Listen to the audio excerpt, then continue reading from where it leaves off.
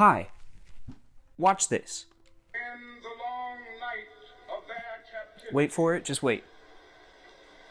Right there, him. This man right here with glasses, you see the tie, all that? Yeah, that's him. He doesn't show up again for the rest of the speech until the very end, after Dr. King is done, and he's one of the first people that goes up to congratulate him. And he is who today's video is about. I remember watching this speech in school like we did every year. One year in high school, I could have sworn that I saw a little person in the crowd, just for a split second, because then it cut away to that different shot. It wasn't until very recently that I looked into it and I discovered I was right. His name was Kenneth Brown, and he was born on July 22nd, 1940, in Charleston, South Carolina. He was the 8th child of 10 to Reverend Willis Brown and Mrs. Evelyn Brown. For the first 4 months, he was just like any other baby. Then, his mother noticed that although his head and his body continued to grow, his arms and his legs did not. When Mrs. Brown first learned that her son was a dwarf, her first reaction was, quote, "just to take care of him, because he's my child. We loved him just as much as we loved the other children, maybe more." According to family members, Kenneth had been raised to believe that he was just like any other person, just not as tall as most. As you can see, Brown had the most common type of dwarfism known as achondroplasia. In the early stages of human development, much of the fetal skeleton is made out of cartilage, which later hardens into bone. Achondroplasia occurs when the cartilage tissue does not develop in your arms and your legs. This genetic disorder leads to short limb dwarfism, with the upper parts of the arms and legs shorter than the lower portions of those limbs. Symptoms or features of achondroplasia include shortened bone in the thigh or the upper arm, short hands and feet, a large separation between the third and the fourth finger, a head that is larger than normal, prominent forehead, flat nose, and delayed development in infants with sitting and walking and crawling. And long-term effects of achondroplasia include back and leg pain / arthritis, breathing problems, apnea, obesity, recurring ear infections, curved spine, bowed legs, excess fluid to the brain, also known as hydrocephalus, that, as well as obstructive sleep apnea. Quote, "Our father was a Baptist minister, and Ken grew up in the church," recalled Evelyn Brown, one of his sisters. "He was always made to feel like one of God's children, and that he was very important. In fact, I think our parents may have spoiled him, since he never got punished the way the rest of us did."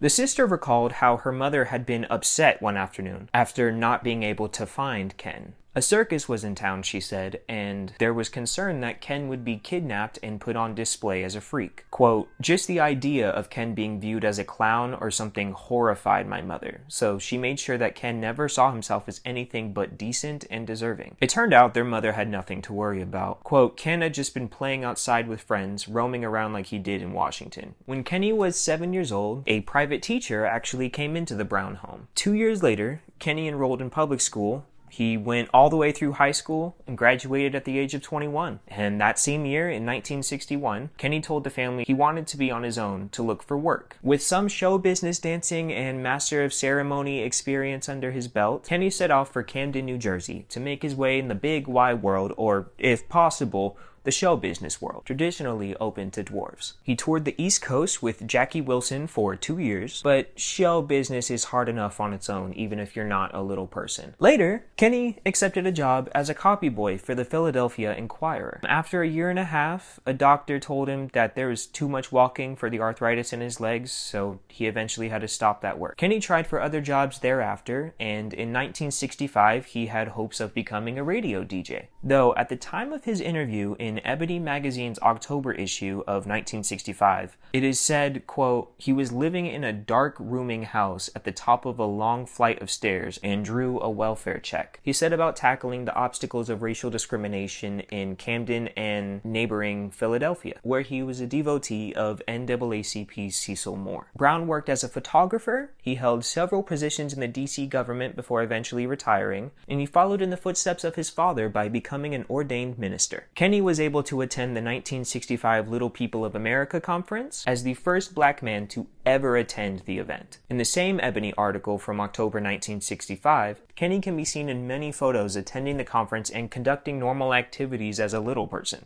This picture, for example, that's from that same article itself. And if we go on to this next one, You can see him here talking to some lady with dwarfism. Whole bunch of little people in the back.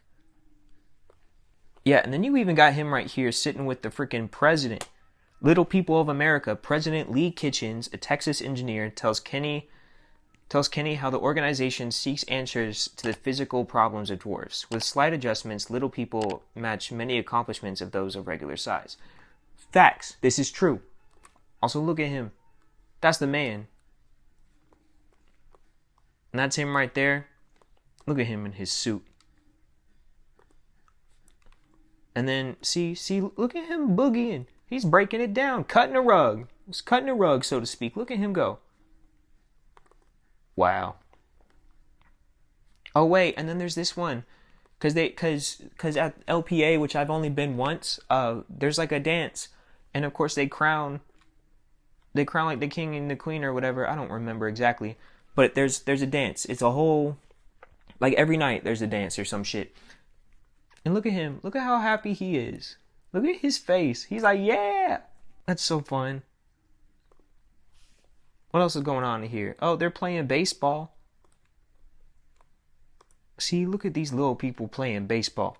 Agile Kenny Brown scores one of East 24's to 3 winning run. Damn. 24-3. Hell yeah. Look at him go playing baseball. What's next? Oh yeah, so look at this. That's him dining out. A ladies' man. Kenny proposes a toast with 3 dinner companions. Wow. See? It says so right there. He was the first black person to ever attend a Little People of America meeting. And look at the way he's standing. You see how he's standing? As a little person. Okay. If you didn't know this, I didn't mention this at all. I'm a little person. So, the way that he's standing right now, that means there's back pain in like his back right here. Because when you stand, like I have stood like this so many times. And the only reason I'm standing on the back of a chair like this is to take away pressure from right there. My lower back right above my booty. That's where it hurts. This picture's from 1965 and our bodies still gotta cope with ourselves in the same way. It's just cool to see. And you got them loading shit in a truck. That's for real what I look like when I move. Look at this. Yep, sitting in trunk of car makes packing easier for one little man who gets an assist from Kenny. Carrying a box nearly as big as his own size posed no problem of strength for the traveler, but reaching into the back of a trunk from ground did. Yeah, that's true, it do. I'll link this Ebony article below if y'all want to go check it out and read it for yourself. There's very interesting points of the lives of little people during the 1960s, which, honestly, it's very similar to what it is today still. I'm not gonna lie. Elmer Gorn, a member of Springfield Baptist Church, remembered Brown as a fair and generous man. Quote, when we were trying to raise money to renovate our church kitchen, he donated $100 out of the kindness of his heart. He was always impeccably dressed, usually in a suit and tie.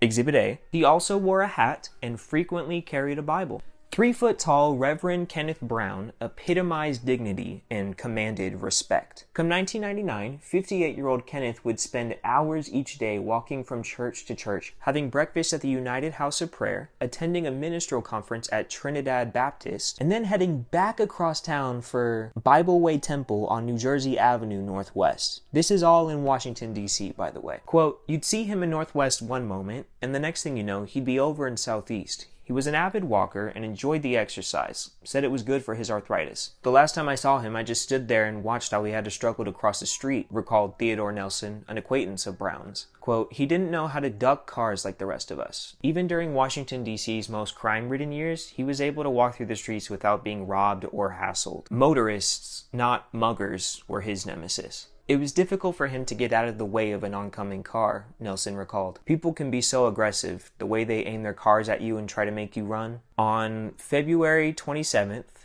1999, Brown left his home in the unit block of South Street Northeast and was heading for breakfast at United House of Prayer. According to DC police, he was moving through a crosswalk when he was struck by a security guard heading home after their night shift. A few days later, Reverend Kenneth L. Brown died from the resulting head injuries.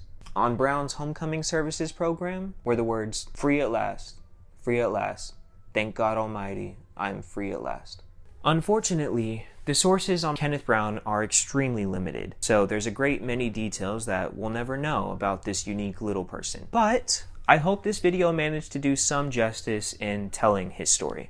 Given that there's only one of us for every 10,000 non-little people, not many folks with dwarfism have documented histories or accounts of their lives. Some little people only exist in legend, others in art, and a great many on film. But little people were never referenced in any of the history books I read growing up. So while Reverend Kenneth Brown was by no means a trailblazing revolutionary, he was a meaningful part of his family, his community, and occupies his own little corner of the history of little people. May he rest in peace.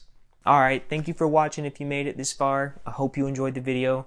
Leave a like, leave a comment. If y'all like this kind of stuff, I'll probably do more in the future. I don't know. Yeah, consider subscribing. Join the Yort.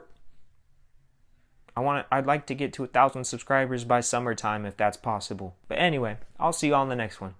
Bye. It came as a joyous daybreak to end the long night of their captivity. But 100 years later, the Negro still is not free. I have a dream that one day this nation will rise up and live out the true meaning of its creed. We hold these truths to be self-evident, that all men are created equal.